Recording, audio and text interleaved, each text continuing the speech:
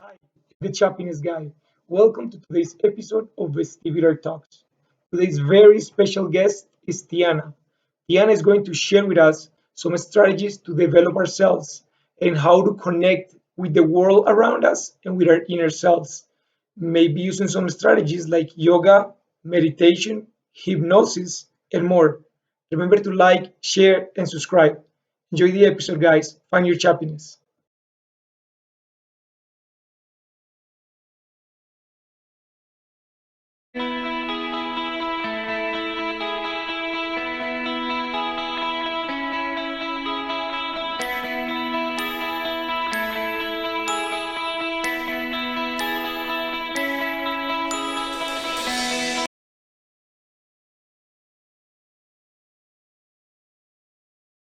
Hey, Tiana, welcome to this episode of Vestibular Talks. How are you? I'm doing good. How are you, Johan? I'm great. Thank you. Thank you for being part of this episode. I know you usually have a pretty tight, busy schedule, so thank you for taking the time to talk to us. Yeah, thank you for having me. I'm really excited to chat with you and get to know who you are. And I actually looked on your vestibular talks in the past week, and it's a lot of amazing information. So thank you. Thank you. Thank you. All right, Tiana, do you mind telling us a little bit about who you are? Well, right now, I'm a yoga teacher, I'm a life coach, a transformative career coach, and I guess that's my label as of now, but in the future, I hope to be doing a lot more with subconscious reprogramming and just exploring life. Like, I really love life and treating myself as an experiment. So, if anything ever like makes me feel curious or fascinated, I know that that's like an extension of my inner vision, and it's just like a mission for me to follow those intuitive hits. So I've always Mhm. done things like dancing and music and yoga and like a whole bunch of odd jobs. I would call myself like a jack of all trades Yeah, and just like always exploring things like the wanderer. it's really interesting, Tiana, because you look young, but you seem to know a lot about a lot of different things. Like you seem to be submerged into so like you have such a universe of information within you to be at such a young age that it's almost like I'm curious to know what happened in your life that awoken you, like that woke you up and got you learning and absorbing all this information. Yeah, I do feel like I'm just in this world of like information that's constantly floating around me that I'm always like wanting to reach out and grab. But I think that's just about like our intuitive nature as children, right? And I think everybody has that. But that's just something that I've tapped into as like a personal resource to my own learning and to my clients' learning. But to answer your question, where it came from is wow, like that's a really interesting question. I guess where it came from is just trying things out and seeing what things felt good for me and learning from the things that didn't feel good and Mhm. continuing to like navigate and autocorrect my course from there and saying no to the things in life that didn't feel like a soul yes. Yeah. And usually this caused me honestly like a lot of like pain and problems because I never really believed in my journey at a young age. Mhm, mhm. But the fact and the knowledge and the norm of going to school and pursuing things that were encouraged upon me just like really never felt right. Sorry, Yeah. excuse me just a minute, I'm gonna blow my nose here. No, it's all good. um yeah, so a lot of things impacted my journey right now. Those things I could say were getting into a bodybuilding competition. And I got into a bodybuilding competition because I saw like I saw my life in this stage where it didn't feel like who I was. It felt scripted. It felt like something that I wasn't creating. Okay. So I'm a creator and we're all Yeah. creators. So the most tangible form to create for me at an early age was through transforming my body. Mm-hmm. Like that's a tangible form for like, singing or music or doing something with your body is a tangible form of creation. So I was actually like I was drinking a lot when I was about 17, 18, 19 years old. I was getting into drugs, I was partying. I just kept falling into these situations where it's like, how do these situations keep finding me? Like, I'm just Mm-hmm. going through these motions of pain and then chasing like a quick fix and then back to pain. I'm like, this can't be what life is about. Yeah.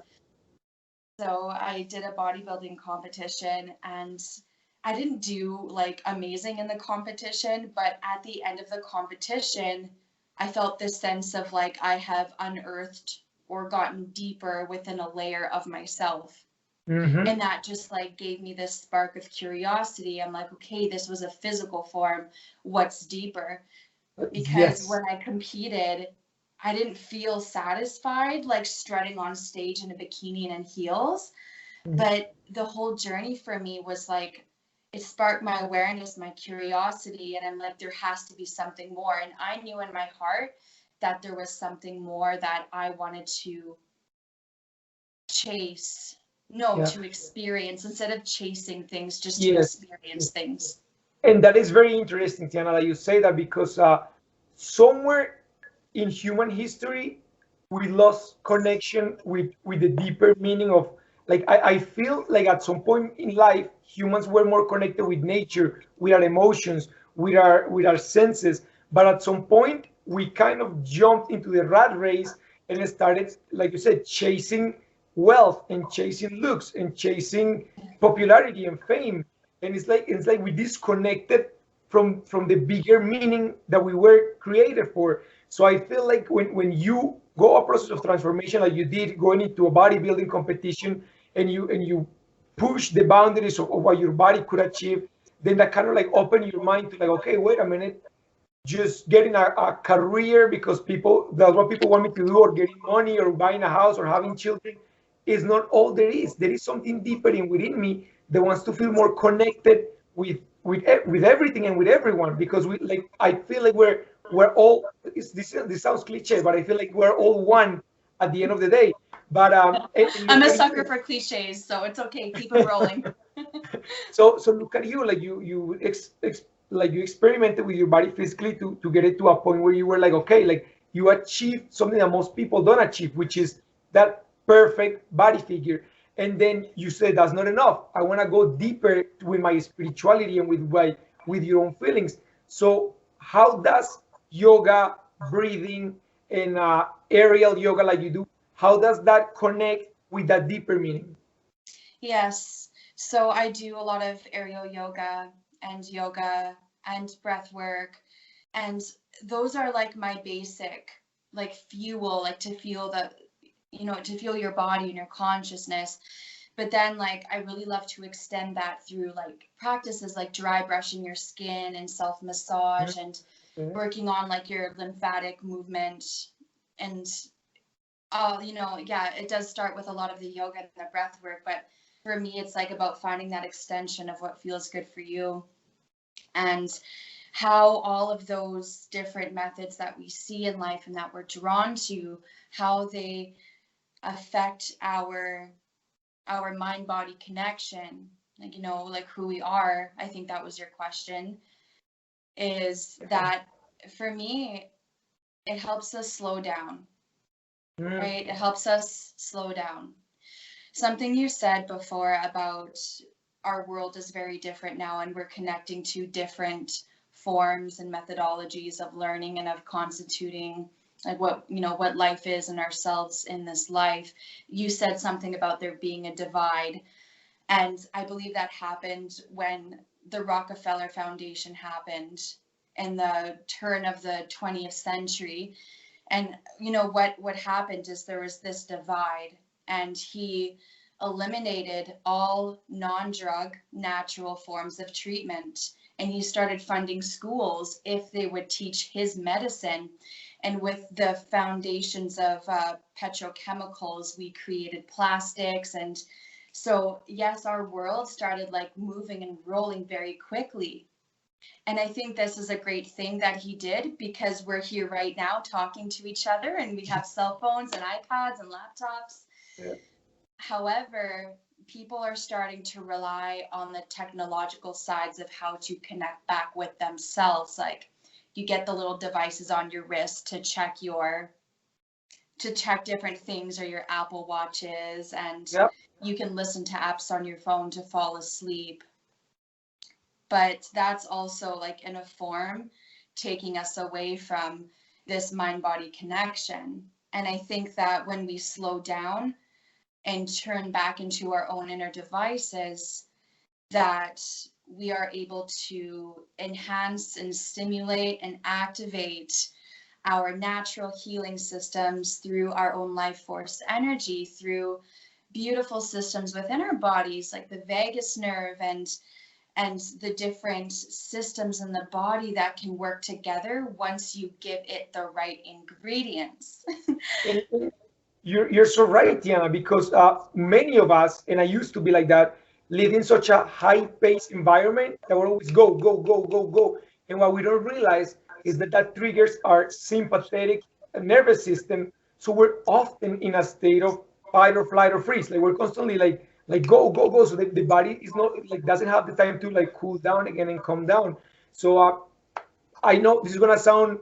I don't want it to sound rude, but when I before I discovered yoga, I used to think, no, yoga's not for me. Yoga's for hippies. Yoga is Yeah. not for me. I don't see the purpose of it. But Tiana, when I started doing it myself because I wanted to heal from the physical condition that I was experimenting, um, I found yoga to be extremely helpful. Like it's like a switch that went in my head that from all this go, go, go and high alert and panic attacks to like calming down and more mellow and more listening to my body. And someone told me once, they're like, do you do a body check? I'm like, what is that? And they're like, before you go to sleep or any time of the day, but preferably before you go to sleep, lay down, just breathe calmly and start checking, feeling your hair, feeling your eyes, feeling your ears, feeling the sensations on your skin. If you have pajamas on, feel the pajamas touching your body, feeling the nails on your fingers. And I'm like, that's weird. But I did it and I loved it. I loved it. Like it's so weird, Tiana, how simple little things can ground us and connect us again to a more parasympathetic nervous system. So why do you think that we as humans we feel like we always have to be high achievers, high performance, and be go go go all the time? What? Why do you think? Where do you think that comes from? Well, I think that comes from the need to know that we're being good and that we're fulfilling something that has been imposed on us by our society or by our parents.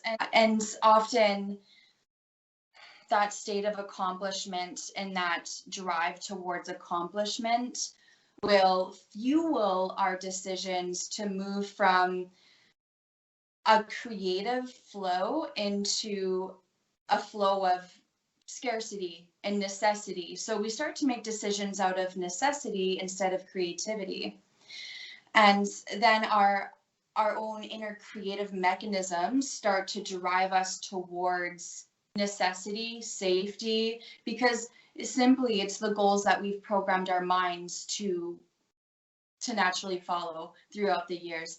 So then our inner guidance system, our subconscious, our self-image is constantly reacting in flow to what we continue to feed it. And then now the thought of something creative is now elusive and dangerous, right? If I were to tell my clients, you can move from point A to point B, they're not going to believe me, whatever that is, because they have a certain belief system. So if you tell somebody that that something is available to them that they don't already feel, that they don't already recognize, that their nervous system does not notice as something that's familiar, then it's going to be something that's just simply out of reach. So you Yeah, always, yeah. my life purpose is to challenge my symptoms as an ADHD or as a woman, to challenge my brain, to challenge anything that I've taken on. I'm assuming that I can let it go. Yeah, yeah. Tiana, I did an interview with your boyfriend a couple episodes ago, and he said something about alignment. He said, in order to be healthy, you need alignment from your body, mind, and soul. What I personally take it is that for your body, yes, like feeding it nurturing foods, hopefully holistic foods, and exercising to the best of your capacities. To your mind, doing things like meditation, yoga, breathing, just connecting with yourself and nature, and for your soul, finding a bigger purpose. People often confuse soul or spirituality with religion. They are like, oh, but I'm not Catholic, or I'm not Christian, or I'm not Muslim. I don't know. I feel like you don't need to have a religion in order to nurture your soul.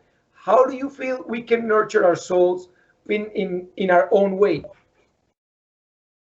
You can nurture your soul in your own way by doing the things that you love to do without fear that anybody is going to be watching you or judging you. So Mm-hmm. I always say, like, there's quick ways to do it, and there's slower ways to do it, right? The quicker ways to feel soul aligned are to do the things that make you feel good and Mm-hmm. without second guessing that, right? So anything that can instantly bring you into a high vibration, which is, what are higher vibrations? Joy, pleasure, bliss, acceptance, and then it starts to lower down, like acceptance into complacency. So you want to look for that highest possible frequency and knowing what can get you there. So laughing, drinking a tea, going for a walk, getting sunshine, mindfully drinking a glass of water.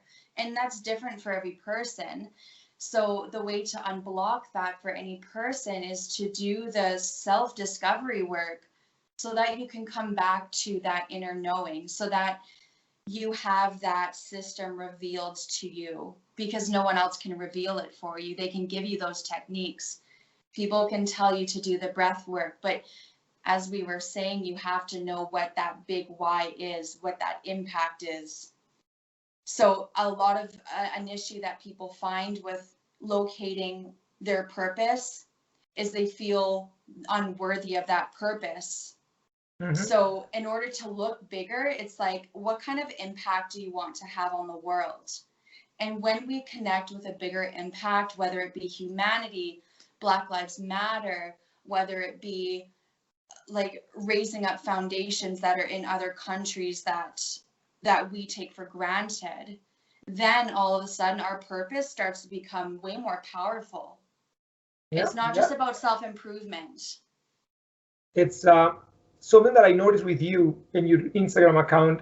Um, you're very giving. You're what I like to call an empath, because you feel almost the pain of other people. I see, like, right now you're doing a fundraiser for India for the conditions that they have right now, and you take it so personal that you almost, it's almost like when you advocate for them, it's almost like I can see their pain through you, because you're so like, come on, guys, that we can raise awareness, we can raise some funds, we can help these people. So it's almost like you take it upon yourself to help people that are in need.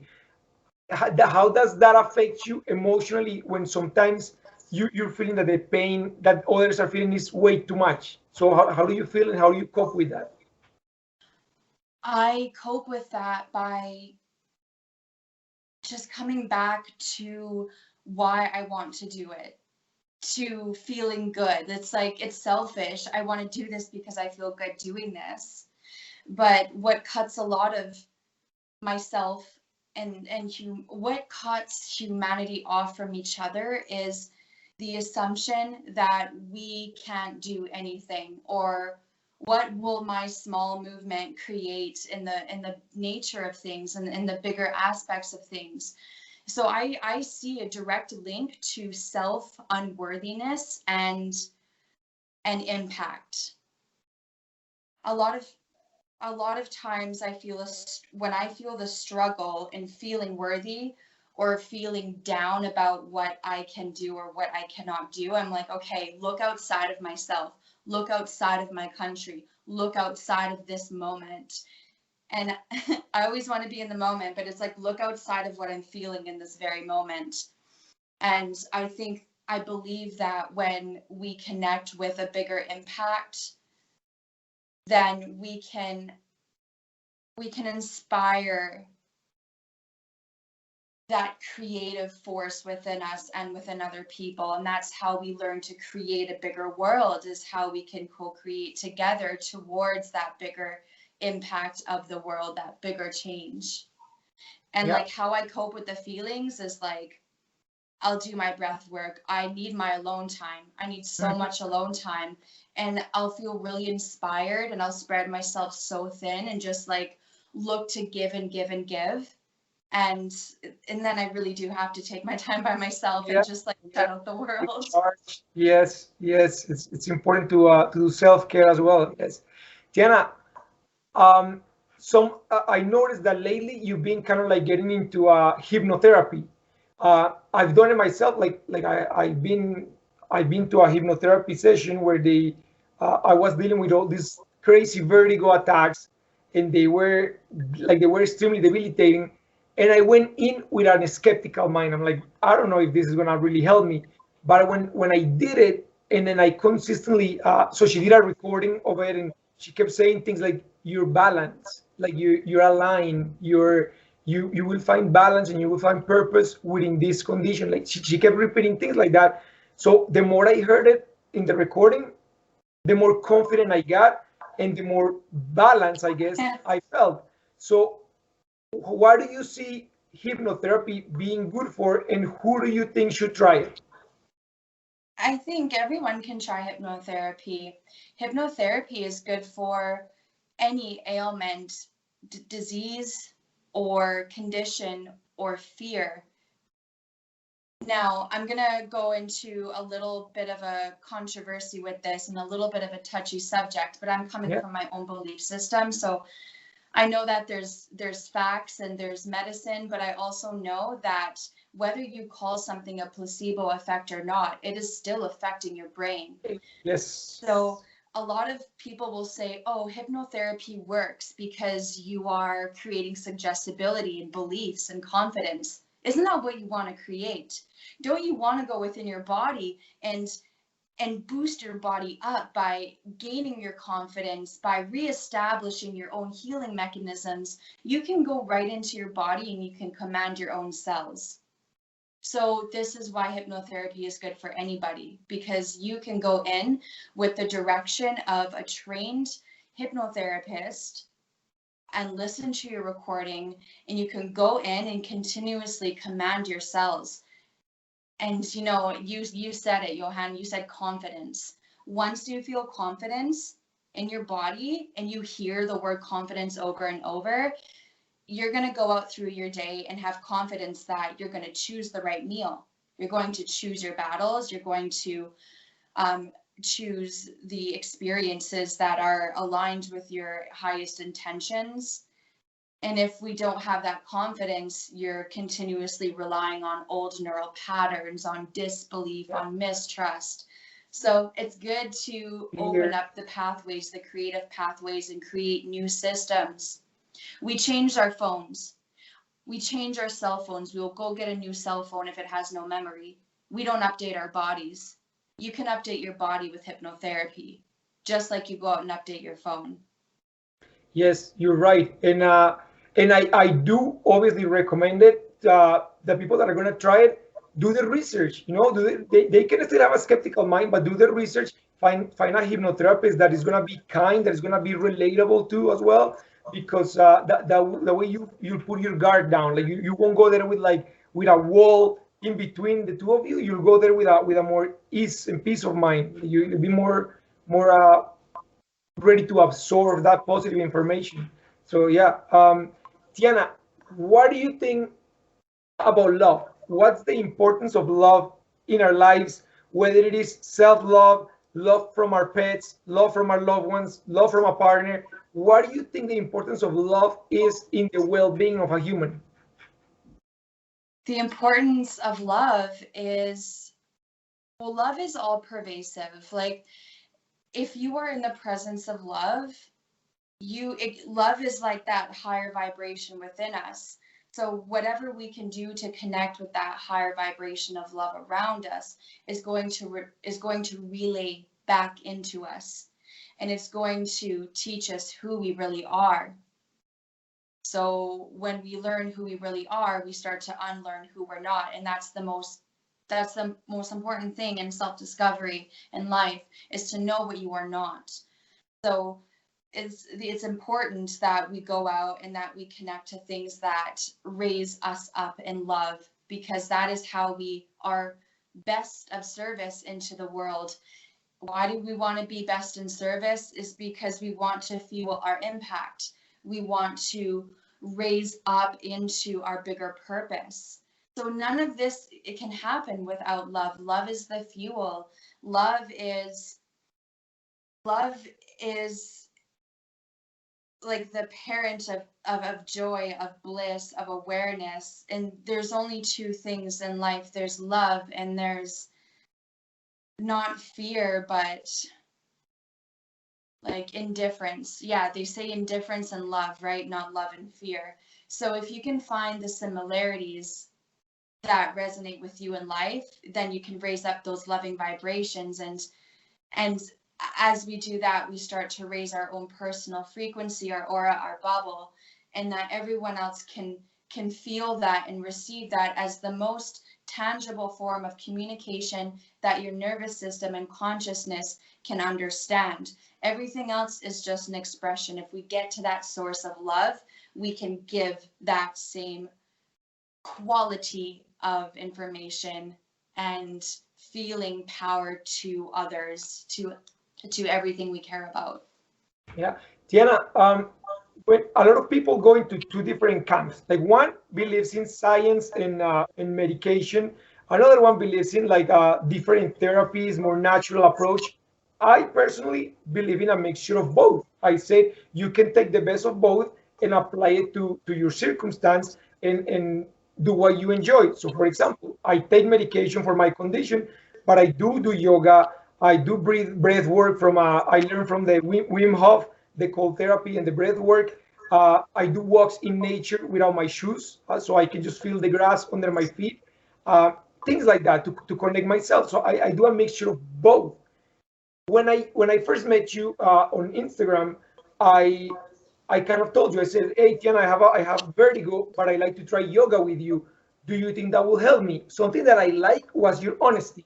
You never said, "Oh yeah, I guarantee you that will help you." No, you said it will help you. It will help you. I don't know if it will cure you, but it will help you, and we can mold the yoga session to something that is you're comfortable with, to something that is good for your own capacities. So I love that about you, that you were honest and you were looking to mold your class around my own limitations. So what do you feel? A lot of people that are sick or ill or they have a condition, they often say, "Oh, I can't do yoga because I'll be too dizzy," or I can't do yoga because I'll get I'm too exhausted, I'm too tired."